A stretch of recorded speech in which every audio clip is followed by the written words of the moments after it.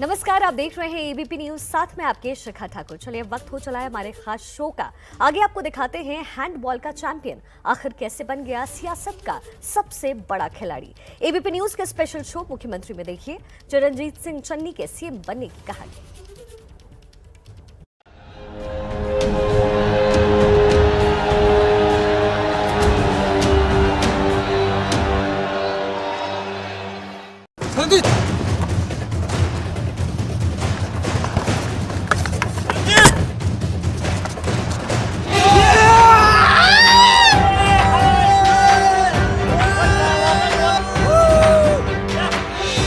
सारे नवे चैंपियन है चरणजीत सिंह चन्नी।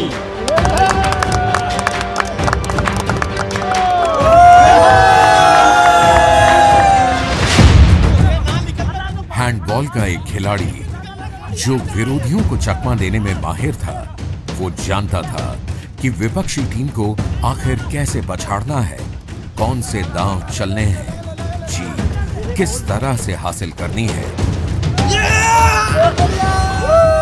वो न सिर्फ अपनी यूनिवर्सिटी के लिए कई गोल्ड जीत कर लाया, बल्कि उसने राष्ट्रीय स्तर का हैंडबॉल खिलाड़ी बनकर पंजाब का नाम भी रोशन किया। अब उस खिलाड़ी का कोर्ट बदल गया है, गेम बदल गया है। अब वो हैंडबॉल की जगह राजनीति का एक बड़ा खिलाड़ी बन गया, मंझा हुआ प्लेयर बना दिया। आखिर खेल के मैदान को अलविदा कहकर चन्नी राजनीति का कद्दावर चेहरा कैसे बन गए? कैसे उन्होंने अपने विरोधियों को मात देते हुए कामयाबी का स्वाद चखा और फिर सत्ता के शिखर तक पहुंच गए?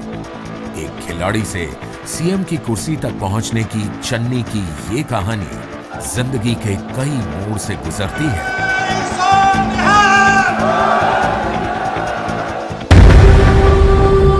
चन्नी की इस कहानी को जानने के लिए आपको चलना पड़ेगा दिल्ली से तकरीबन 250 किलोमीटर दूर पंजाब के खरड़, जहां चन्नी का पिंड यानी गांव है भजौली। ये रास्ता उसी भजौली को जाता है। चन्नी का मुफलिसी भरा बचपन इसी गांव में गुजरा। जब चन्नी परिवार के दिन गरीबी और संघर्ष में गुजरे थे। यही जहां हम बैठे हैं, हम यही इनका घर है। इनके पिताजी यहाँ रहते थे, फिर इनके साथ पिताजी के साथ यही चन्नी साहब इतने ही रहते थे। पहले ये घर कच्चा था। इसका जो अंदर में लपाई बोलते हैं हम लोग, हाथ से लेपन करते हैं, वो इसकी माँ, ये जो हमारे सामने वहाँ पर जब खड़े थे, वहाँ पर वो था टोबा है, उसकी माँ साथ में ये वहाँ से गारा निकाल के लाते थे। गारा निकाल के कच्चे कंधे का दोबारा ऊपर में लेपन करते थे। ये कुआं है जहाँ पर उसकी माँ कपड़ा लीड़ा ये पानी निकाल के यहाँ से धोते थे, और ये चन्नी साहब इसके पानी से यहीं नहाते थे। 1963 में चन्नी अपने ननिहाल मकरोना कला में पैदा हुए। 6 भाई बहनों में उनका नंबर दूसरा था।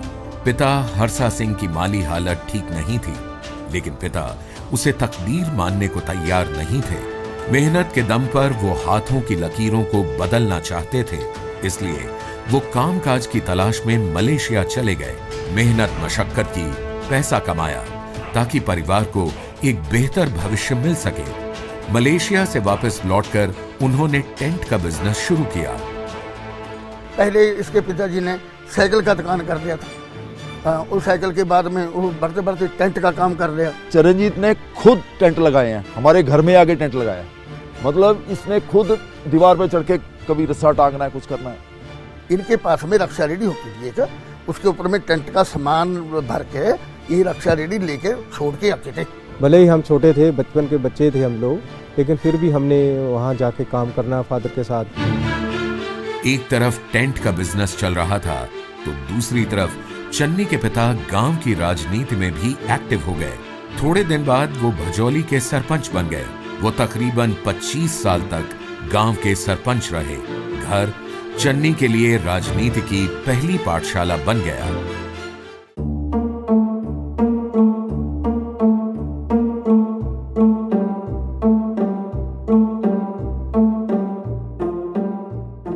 पापा जी कहाँ जा रहे हो? जा रहा हूँ बेटा, गांव वालों की कुछ समस्या है, अपनी का निपटारा करने। पापा जी मैं भी साथ चलूंगा।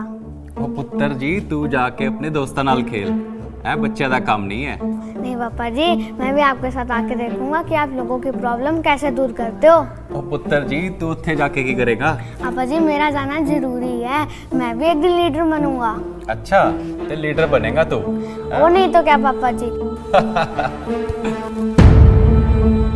तब नन्हे चन्नी की बातों को उनके पिता ने गंभीरता से नहीं लिया था, लेकिन आने वाले दिनों में धीरे धीरे ये साफ होने लगा कि चन्नी क्या बनने वाले हैं। चन्नी ने तीसरी तक की पढ़ाई गांव से ही की।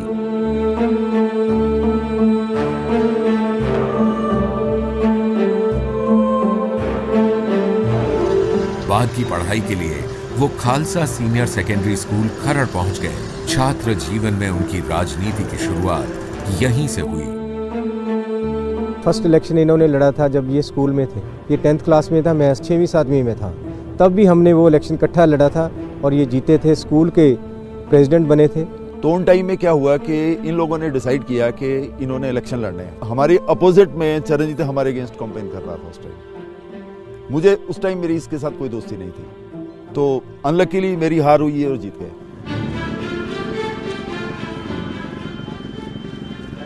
ये है वादा प्रिंसिपल का ऑफिस, यहाँ पे हम लोग खेलते थे। स्कूल से पास आउट होने के बाद चन्नी ने चंडीगढ़ के श्री गुरु गोबिंद सिंह कॉलेज में एडमिशन लिया। खेल में दिलचस्पी थी तो हैंडबॉल के बेहतरीन प्लेयर बन गए।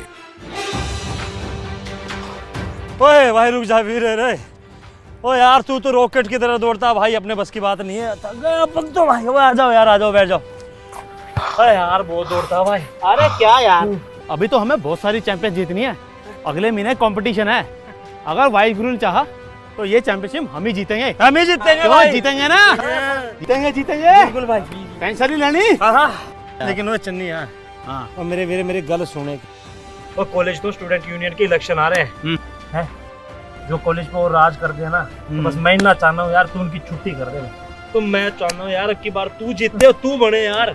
ते तू चाहता है कि मैं इलेक्शन लड़ा? ग्रेजुएशन की पढ़ाई के दौरान चन्नी ने कॉलेज इलेक्शन में हिस्सा लिया और फिर छात्र संघ चुनाव में तमाम विरोधियों को धूल चटाते हुए वो महासचिव के पद पर चुने गए। जब हम कैंपेनिंग करने जाते तो बहुत अच्छी तरह स्पीच करते थे, वहां पे बोलते थे अच्छा। सियासत को शब्दों की जरूरत होती है। चन्नी शायद इस सत्य को जानते थे। कॉलेज में वो भाषण करने लगे, अपने शब्दों को धार देने लगे। जल्द ही वो डिबेट के चैंपियन बन गए। वो सांस्कृतिक गतिविधियों के भी चैंपियन थे।